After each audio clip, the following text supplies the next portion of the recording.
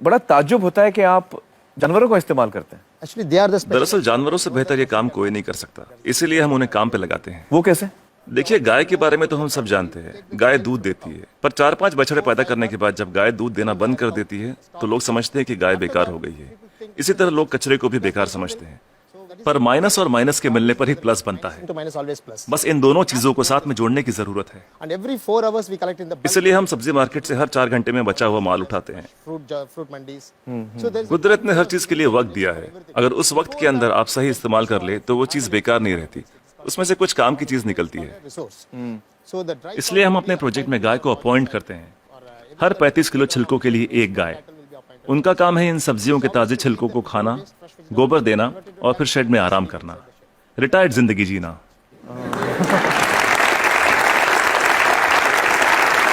within 8 hours time. सिर्फ 8 घंटे में सारा कचरा घट के गोबर के रूप में 1/4 हो जाता है, The entire waste. और इस गोबर में काफी मात्रा में ईंधन वाली मीथेन गैस Once होती the है। dung comes out. हम तुरंत गोबर को बायोडाइजेस्टर में डाल देते हैं, इसमें से मीथेन गैस निकल जाती है और हमें बिना मीथेन के गोबर का एक घोल मिलता है। Methane free cow dung slurry will come out.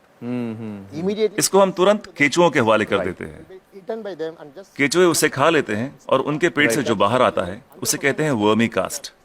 that's called vermicast. ये दुनिया की सबसे बेहतरीन खाद होती है। दुनिया की सबसे बेहतरीन खाद। इसे ब्लैक गोल्ड या काला सोना भी कहा जाता है। It can be directly. खेती के लिए बहुत अच्छा है। अगर बैक्टीरिया वाले तरीके से खाद बनाएं तो इसमें 45 दिन लग जाते हैं। और यहाँ देखिए, सोमवार की सुबह 6 बजे माँ सब्जियां काटती है, 9 बजे गाड़ी आकर उसका बचा हुआ हिस्सा ले जाती है, 10:30 बजे हम वो गाय को दे देते हैं, शाम 6 बजे तक गोबर निकल आता We are है। getting the cow dung ready. Put in the biodigester में गोबर से मीथेन निकाल ली जाती है और उसका घोल बचता है, उसे केचुए खा लेते हैं और तीसरे दिन सुबह तक यानी 72 घंटों से भी कम समय में ब्लैक गोल्ड मिल जाता है। खाद बनाने का ये दुनिया का सबसे तेज तरीका है, कोई मशीनें काम नहीं कर पाएगी, वो भी बिजली का इस्तेमाल किए बिना। देखिए, आपके पास जो मोबाइल फोन है, चार्ज न करो तो बेकार है, टेक्नोलॉजी फेल हो जाती है, लेकिन गाय जो भी खाती है उससे एनर्जी बनाकर हमें देती है और गाय को रोज चार्ज भी नहीं करना charging पड़ता। the cow every day. और दूसरे जानवरों का इस्तेमाल कैसे होता है? मसलन मुर्गियां क्या करती हैं? जो सड़ी गली चीजें गाय को नहीं दे सकते उसे हम सीधा कॉम्पोस्ट पिट में डाल देते हैं, पर वहां उसमें मैगेट्स पैदा हो जाते हैं। Will come out. मैगेट्स मतलब वो छोटे छोटे कीड़े। छोटे कीड़े, ये कीड़े मुर्गियों को बहुत पसंद हैं, चुन चुन के खा लेती हैं और बदले में अगले दिन सुबह बेहतरीन अंडे देती हैं। जो लोग कीड़ों को देखकर मुंह बनाते हैं वो अगली सुबह उन अंडों से बने ऑमलेट को बड़े मजे लेकर खाते हैं। No technology can do this. कोई टेक्नोलॉजी, कोई मशीन ये नहीं कर पाएगी। No machine in the world. दुनिया में ऐसी कोई मशीन नहीं बनी जो कीड़े खाए और अंडे दे। बिल्कुल ठीक, बिल्कुल ठीक। But the chicken role also लेकिन हर चीज में जहाँ कुछ खूबियां होती हैं वहाँ कुछ खामियां भी होती हैं। positive and negative. Okay. मुर्गियों के साथ एक परेशानी है, आप चाहे पूरा दिन उनसे काम ना लें, आराम करने दें, In the daytime, फिर भी वो रात को काम नहीं करेंगी। night time it never work. तो रात को कौन काम करता है? For that रात we को are- हमें मेंढक को काम पर लगाना पड़ता है हाँ, और वो सिर्फ नाइट ड्यूटी ही करते हैं। कुदरत का करिश्मा है, एक दूसरे की कमी को पूरा कर देते हैं। ना तनख्वाह मांगते हैं, ना बोनस, ना यूनियन बनाते हैं, ना हड़ताल करते हैं, बस अपने अपने काम में लगे रहते हैं। सही है, सही है। तो मुझे बताइए कि ये बतखें क्या करती हैं? Duck's favorite food. बतख का पसंदीदा खाना है मछलियाँ। अब मछली बाजार का कचरा म्युनिसिपैलिटी के लिए सरदर्द होता है, पर वही मछलियाँ बतख के लिए दावत हैं। तो अगर आप हर 3 घंटे में मछली बाजार का कचरा उठा के बतखों को दे दे तो ये तुरंत हजम कर लेंगी। 15-20 मिनट में सब कुछ सफाचट, और कचरा अगले दिन बतखों के खूबसूरत अंडों में तब्दील हो जाएगा। The whole thing will be contained with beautiful eggs. Normally the ducks will lay आमतौर पर बतखें हर महीने 8 से 10 अंडे देती हैं, लेकिन जब हम उन्हें मछलियों और दूसरे नॉनवेज की खुराक देते हैं तो 24-24 अंडे देना शुरू कर देती हैं। ओह, and if I have 20 ducks, then multiplied by yeah, we have हम हर 11 मादा पे एक नर बतख रखते हैं। on one male duck. why 11 female and 1 male? हमें तो अंडों से मतलब है, एक ही नर बतख काफी है।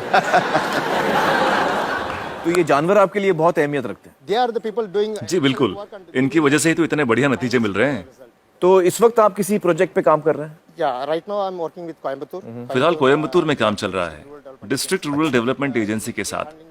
हम 10 ग्राम पंचायतों का काम संभाल रहे हैं जो एक म्युनिसिपैलिटी के बराबर है। It's equal to one municipality. एक गांव में तो मैं समझ सकता हूं कि ये हो सकता है, क्योंकि वहां पर छोटे पैमाने पे करना है।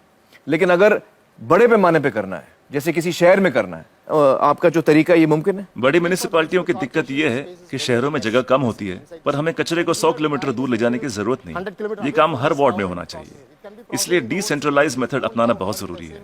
छोटे छोटे स्तर पर करना चाहिए। Decentralize method. लोग हजारों टन कचरे से एक साथ निपटना चाहते हैं, पर ये सोच ही गलत है। अगर मैं आपको एक बड़ा कटहल दूं, तो आप उसे एक साथ एक बार में खा सकते हैं, लेकिन अगर उसके छोटे छोटे टुकड़े कर दें, तब खाना आसान हो जाएगा। इसलिए हर 2 किलोमीटर की रेडियस पे SLRM सेंटर होने चाहिए। SLRM सेंटर क्या होता है? Solid and liquid resource management centre. तो हर 2 किलोमीटर पे ये सेंटर होना चाहिए। जी, डिसेंट्रलाइजेशन एक कामयाब तरीका है। साथ ही कचरे को अलग अलग इकट्ठा करना भी बेहद जरूरी है।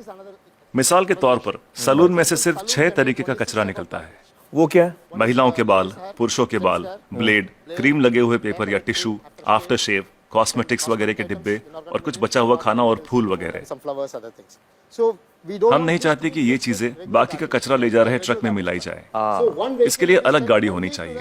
saloon. जैसे मुंबई में करीब 2000 सलून्स होंगे, 2000 saloons. एक गाड़ी सब जगह घूम के ले लेगी। हर इलाके के लिए एक छोटी गाड़ी। हाँ, अलग अलग एरिया के लिए अलग अलग गाड़ियां होंगी। हाँ। जी, सिर्फ सलून के लिए। दिन खत्म होने से पहले सब बिक जाएगा। आज की तारीख में दुनिया का सबसे कीमती कचरा है महिलाओं के बाल। 2500 रुपए प्रति किलो। वाह वाह। तो दिन भर का जो कचरा है, दिन खत्म होते होते वो इस्तेमाल भी हो जाएगा। अलग अलग इकट्ठा करें तो राज ये है, तरकीब ये है कि शुरुआत से ही मिक्स मत करो। जी, अलग अलग इकट्ठा करो और अलग अलग ही लेकर जाओ। तो आपके पास इसका पूरा प्लान है, मास्टर प्लान है? बिल्कुल है। वाह वाह। तो मुझे बताइए कि ये जो आपका मॉडल है, इसमें खर्चा कितना आता है? See, this is totally self-sustaining. देखिए, ये मॉडल अपना खर्च खुद निकाल लेता है। Experience, I'm telling you. मैं अपने तजुर्बे से कह सकता हूँ कि आपके घर के हर रोज के कचरे से 3 रुपए वसूले जा सकते हैं। Garbage. मतलब आप अगर मेरा कचरा लेंगे तो आप मुझे 3 रुपए देंगे? उसे 3 रुपयों में बदल सकता हूँ 3 रुपए में तब्दील कर देंगे, बदल देंगे। और कचरा उठाने का कोई भी चार्ज लिए बिना। तो मुझे बताइए कि अगर मुंबई जैसे शहर की जिम्मेदारी आपको दी जाए कि इसको आप साफ कर दीजिए, तो आपको कितना समय लगेगा, कितना वक्त लगेगा आपको? कम से कम 18 महीने। मतलब 1.5 साल। तो मतलब 1.5 साल में आप मुंबई की काया पलट कर सकते हैं। Yes. Ji, it's possible. बिल्कुल कर सकते हैं। बहुत बहुत शुक्रिया श्रीनिवासन जी, बहुत ही कमाल के सुझाव आपने दिए हैं। बहुत बहुत शुक्रिया। Thank you so much.